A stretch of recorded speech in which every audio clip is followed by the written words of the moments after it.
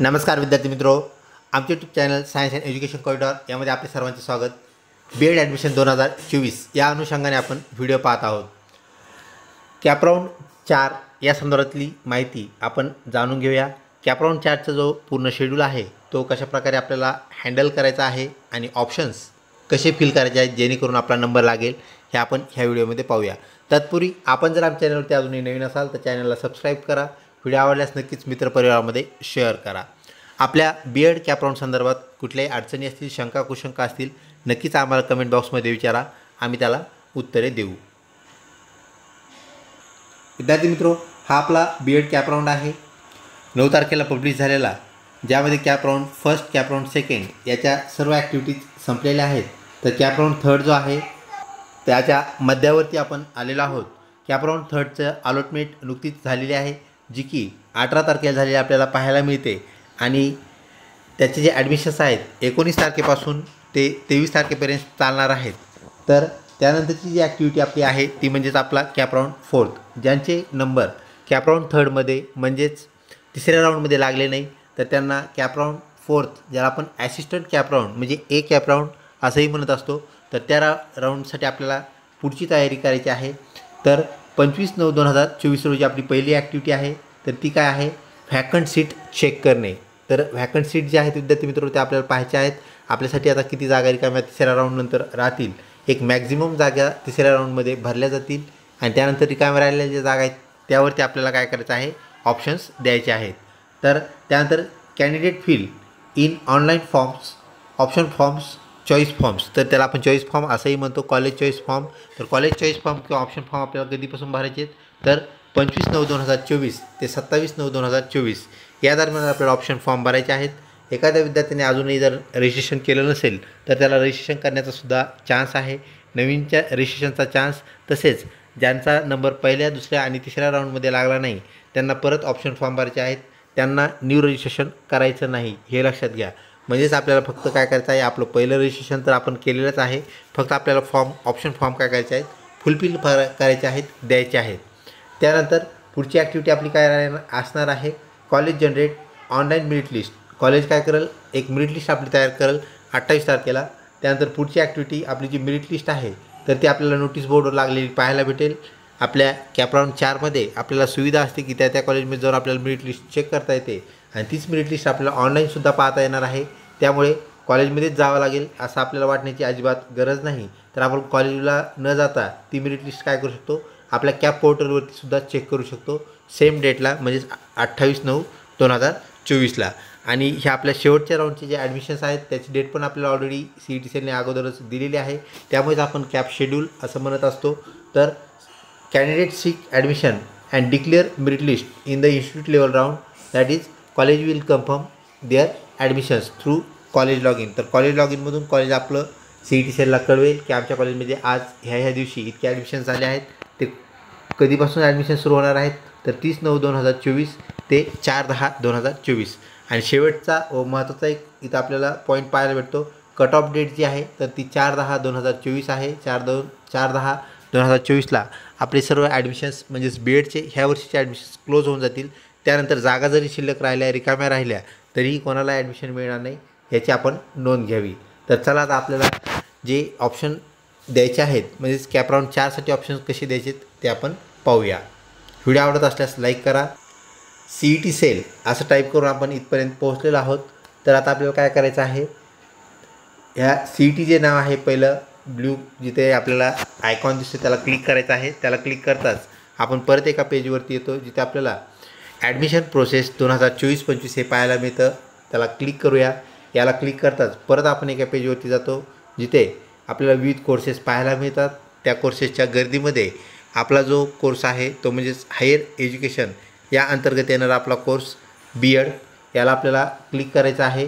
त्या बी.एडची प्रोसेस, BPEdची प्रोसेस, M.Ed, MPEdची प्रोसेस सेम प्रोसेस आहे, हे लक्षात घ्या। ज्या ज्या सूचना आपण बी.एडला देत आहोत त्याच सूचना BPEd, M.Ed, MPEd यालासुद्धा लागू आहेत। त्याचप्रमाणे आपण त्याचंसुद्धा मेरिट चेक करू शकतो, पाहू शकतो। तो कॅपराऊंडसुद्धा आपल्यासोबतच चालतो। तर बी.एडला आपण क्लिक करूया।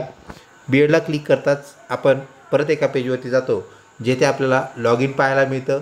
आपण लॉग इनला क्लिक केल्यानंतर लॉग इन पेज आपल्याला ओपन झालेलं पाहायला मिळतं, जिथे आपला लॉग इन ID आपल्याला टाकायचा आहे आणि त्यानंतर पासवर्ड टाकायचा आहे व लॉग इन असं आपल्याला म्हणून पुढील कार्यवाहीसुद्धा करता येते.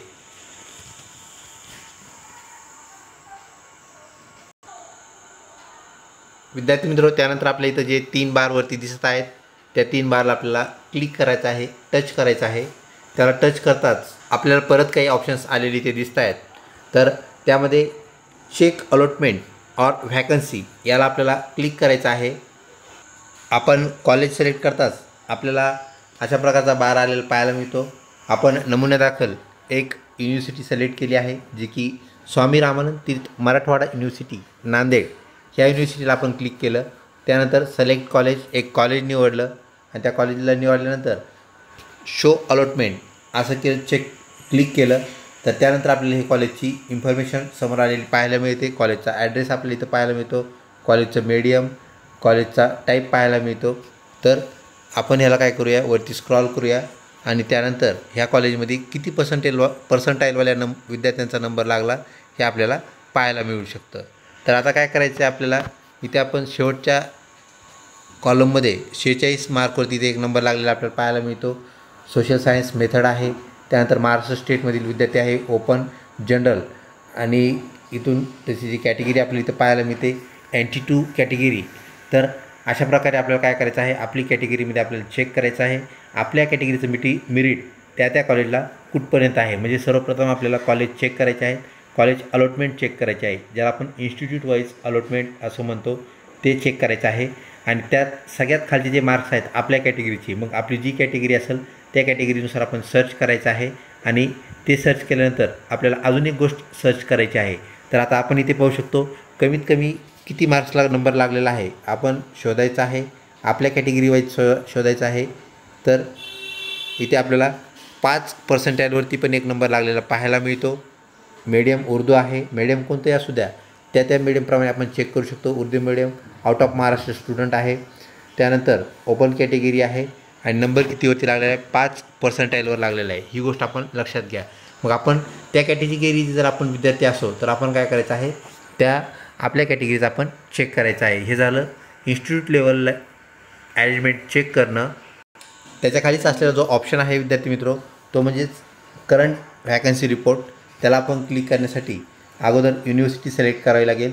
आपण एक युनिव्हर्सिटी सिलेक्ट करूया, डॉक्टर बाबासाहेब आंबेडकर मराठवाडा युनिव्हर्सिटी आपण सिलेक्ट करूया. त्यातलं एक कॉलेज निवडूया आणि त्यानंतर शो व्हॅकन्सी रिपोर्ट आपण क्लिक केल्यानंतर आपल्याला इथं व्हॅकन्सी रिपोर्ट त्या कॉलेजचा पाहायला मिळतो. किती व्हॅकन्सीज इथं रिकाम्या आहेत हेही आपल्याला पाहायला मिळतं. आता आपल्याला काय करायचं आहे, ह्याच कॉलेजचा अगोदर आपण अलॉटमेंट चेक केलं आणि त्याच कॉलेजचं जर व्हॅकन्सी रिपोर्ट चेक केला तर आपल्याला कळतं की त्या कॉलेजमध्ये कोणत्या कॅटेगरीच्या किती जागा रिकाम्या आहेत.